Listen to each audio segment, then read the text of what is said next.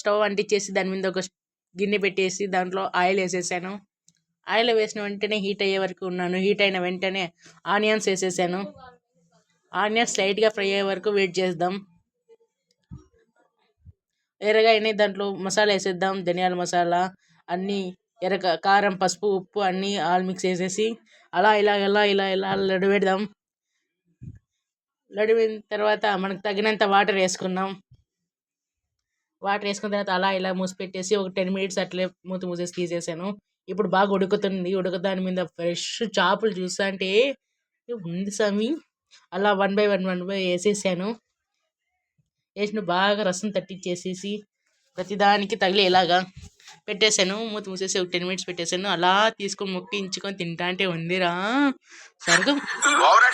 సరే, మీరు లైక్ చేసి, ఫాలో చేసి, సబ్స్క్రైబ్ చేసి నెక్స్ట్ వీడియో అయితే మీ ముందండి. ఇట్లు మీ ఆదిల్ అఫీషియల్ 88.